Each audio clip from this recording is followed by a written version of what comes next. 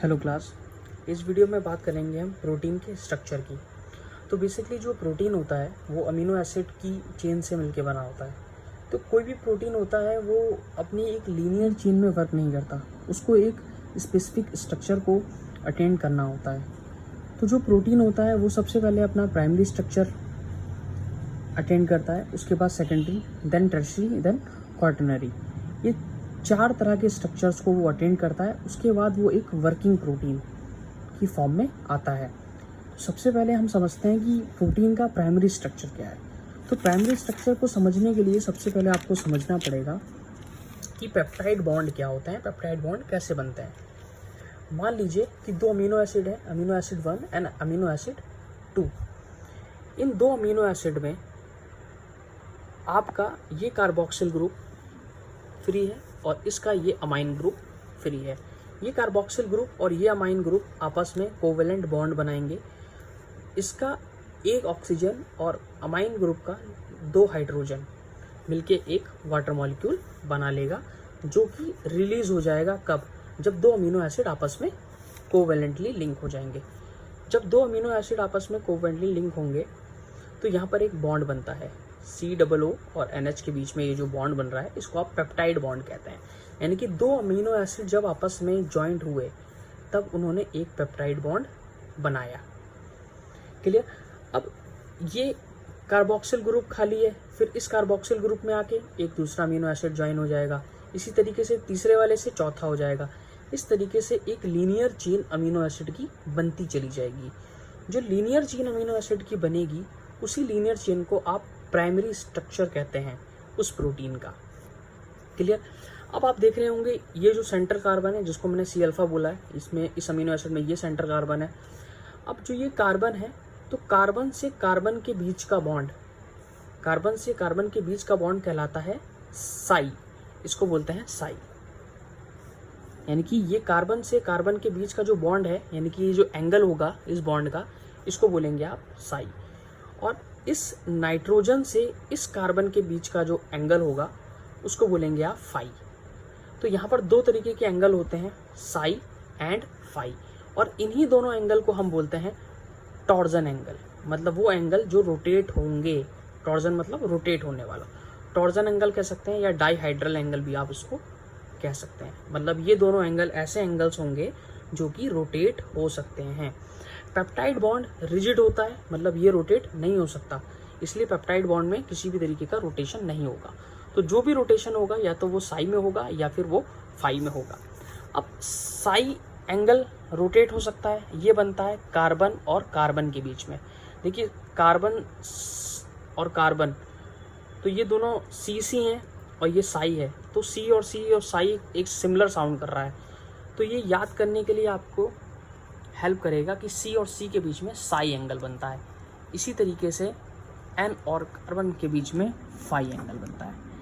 इनकी रेंज होती है ये +180 डिग्री से -180 डिग्री तक रोटेट कर सकते हैं। इसी तरीके से ये भी 180 डिग्री से -180 डिग्री तक रोटेट कर सकता है। मतलब ये डिफरेंट अमीनो एसिड पे डिपेंड करता है कि कौन सा अमीनो एसिड उस चेन में किस एंगल पे रोटेट होगा।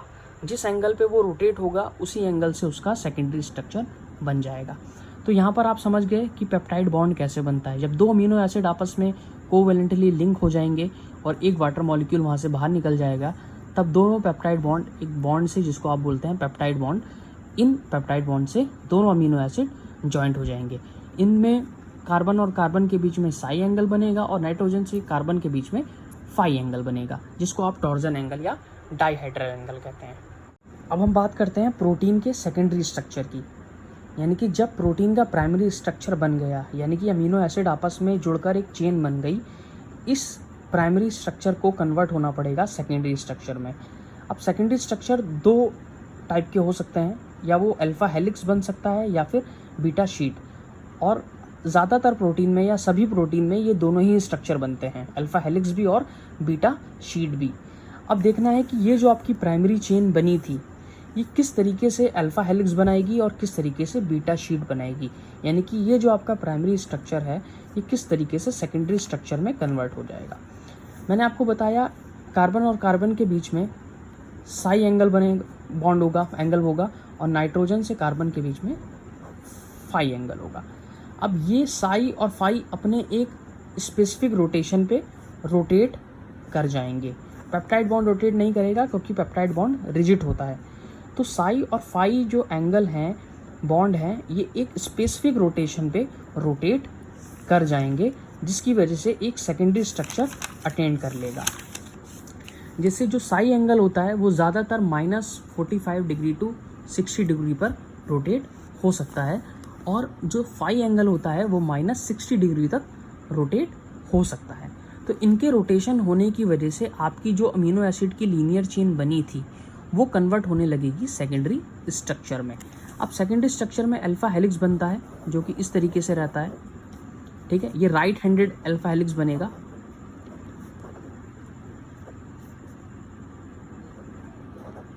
राइट हैंडेड, ये एक्चुअल में ये इस तरीके से बनेगा, राइट हैंडेड अल्फा हेलिक्स, ठीक। ये अल्फा हेलिक्स इस तरीके से बनता है जो अमीनो एसिड के आर ग्रुप हैं, यानी कि अमीनो एसिड में जो केमिकल ग्रुप लगे होता है वो आउटसाइड की तरफ निकल आएंगे, मतलब बाहर की तरफ निकल आएंगे। ये इस तरीके से अल्फा हेलिक्स का स्ट्रक्चर बनेगा। अब क्वेश्चन ये रहता है कि भाई क्यों प्रोटीन अल्फा हेलिक्स ही बनाती है, और भी स्ट्रक्चर हैं, ट्रायंगल है, रेक्टेंगुलर है, सर्कुलर है, ये स्ट्रक्चर क्यों नहीं बनाती, क्यों अल्फा हेलिक्स बनाती है? अल्फा हेलिक्स इसलिए बन जाता है क्योंकि अल्फा हेलिक्स एक ऐसा स्ट्रक्चर है, अगर ये स्ट्रक्चर बनता है तो दो अमीनो एसिड के बीच में हाइड्रोजन बॉन्डिंग सबसे ज़्यादा यूटिलाइज होगी। मान लीजिए अगर ये ट्रायंगल बनता तो ट्रायंगल बनने पर अमीनो एसिड के बीच में जो हाइड्रोजन बॉन्डिंग होती वो सबसे ज़्यादा ना हो पाती। अल्फा हेलिक्स बनने पर अमीनो एसिड के बीच में जो हाइड्रोजन बॉन्डिंग होगी वो सबसे ज़्यादा अल्फा हेलिक्स में पाई जाएगी, इसीलिए अल्फा हेलिक्स ही अटेंड करता है अमीनो एसिड का प्राइमरी स्ट्रक्चर। तो इस तरीके से अल्फा हेलिक्स बनना शुरू हो जाता है। लेकिन कुछ अमीनो एसिड होते हैं जो अल्फा हेलिक्स को नहीं बनने देते, अल्फा हेलिक्स में पार्टिसिपेट नहीं करते हैं। फॉर एग्जांपल जैसे प्रोलीन एंड ग्लाइसिन, ये दो ऐसे अमीनो एसिड हैं जो अल्फा हेलिक्स नहीं बनाते। क्यों? क्योंकि प्रोलीन एक ऐसा अमीनो एसिड है जिसकी जो आर ग्रुप है उस आर ग्रुप में नाइट्रोजन पूरी तरीके से बिजी है। बिजी होने का मतलब है कि वो नाइट्रोजन पार्टिसिपेट करता है बॉन्डिंग में। अब मैंने बताया नाइट्रोजन से कार्बन की जो बॉन्डिंग होती है इसको आप बोलते हैं फाई।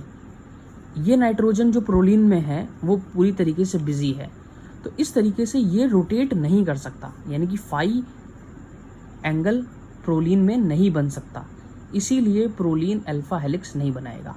तो ये रोटेट हो नहीं सकता, तो इसीलिए प्रोलीन अल्फा हेलिक्स नहीं बना सकता।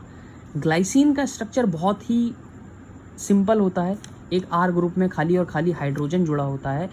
इसकी वजह से ये अगर ज़्यादा प्रोटीन के अंदर आया, मान लीजिए ग्लाइसिन की बहुत सारी चेन आना शुरू हो गई, तो ये अल्फा हेलिक्स को डिस्टर्ब कर देगा, डिस्टेबलाइज कर देगा। हो सकता है ये कॉइल्ड स्ट्रक्चर ले ले या कोई और दूसरा स्ट्रक्चर बना ले, इस वजह से ग्लाइसिन भी नहीं आता। अब जैसे बेसिक अमीनो एसिड होते हैं, basic amino acid positively charge होते हैं। अगर दो बेसिक अमीनो एसिड या दो से ज़्यादा बेसिक अमीनो एसिड की चेन आपस में आ गई तो ये पॉजिटिव चार्ज आपस में रिपल करेंगे, इसकी वजह से भी अल्फा हेलिक्स नहीं बन पाएगा।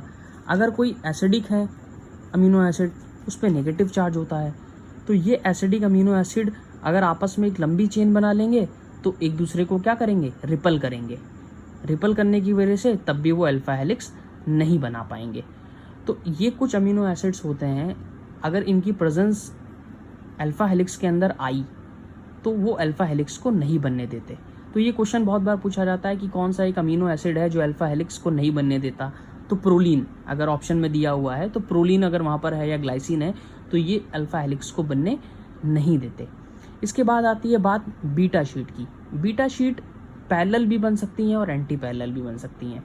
कहने का मतलब ये कि वो अमीनो एसिड की चेन आपस में जुड़ती जाए और एक शीट का फॉर्म ले ले तो वो बीटा शीट कहलाएगी। तो अल्फा हेलिक्स और बीटा शीट ये दोनों सेकेंडरी स्ट्रक्चर में आते हैं। इसके बाद बात करते हैं हम टर्शरी एंड क्वाटरनरी स्ट्रक्चर की।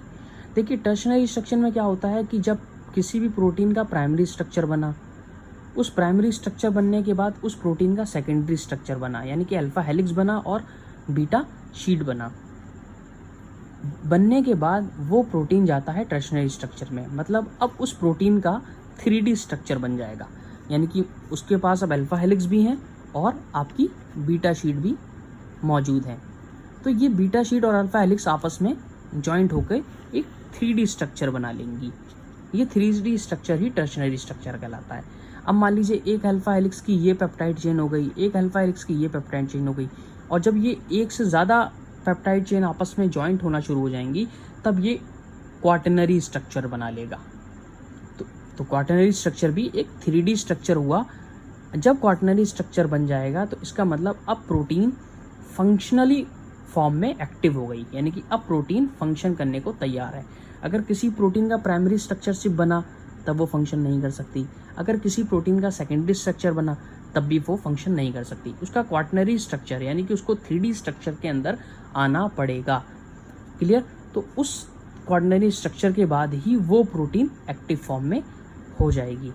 इसके बाद अब बात करते हैं कि क्वेश्चन आता है कि मान लीजिए भाई किसी भी प्रोटीन का एक टर्शनरी स्ट्रक्चर या 3D स्ट्रक्चर हमें मिल गया, तो हम ये बात कैसे पता करेंगे कि भाई जो 3D स्ट्रक्चर हमें मिल रहा है वो बिल्कुल करेक्ट है। मान लीजिए मैंने 3D स्ट्रक्चर कुछ और बताया या किसी दूसरे साइंटिस्ट ने 3D स्ट्रक्चर कुछ और बताया, तो आप इस बात को कैसे वेरीफाई करेंगे या कंफर्म करेंगे कि ये 3D स्ट्रक्चर बिल्कुल करेक्ट है? तो उसके लिए एक साइंटिस्ट थे GN रामाचंद्र। उन्होंने अपना प्लॉट बनाया जिसको हम रामाचंद्रन प्लॉट कहते हैं। उस प्लॉट की हेल्प से आप पता कर सकते हैं कि कोई भी प्रोटीन का जो 3D स्ट्रक्चर है वो करेक्ट है या नहीं है। रामाचंद्रन प्लॉट को हम अगले लेक्चर में पढ़ेंगे। ये बेसिकली प्रोटीन के स्ट्रक्चर के बारे में था, जिसमें आपने प्राइमरी स्ट्रक्चर देखा, उसमें पेप्टाइड बॉन्ड कैसे बनते हैं, फाई और साई एंगल क्या होता है, कितने डिग्री पे रोटेट हो सकता है, फिर अल्फा हेलिक्स कैसे बनता है, अल्फा हेलिक्स में कौन कौन से अमीनो एसिड ऐसे होते हैं जो अल्फा हेलिक्स नहीं बना सकते, फिर बीटा शीट क्या होता है, उसका टर्शनरी और क्वाटरनरी स्ट्रक्चर। इस वीडियो में हमने इतना देखा। Thank you.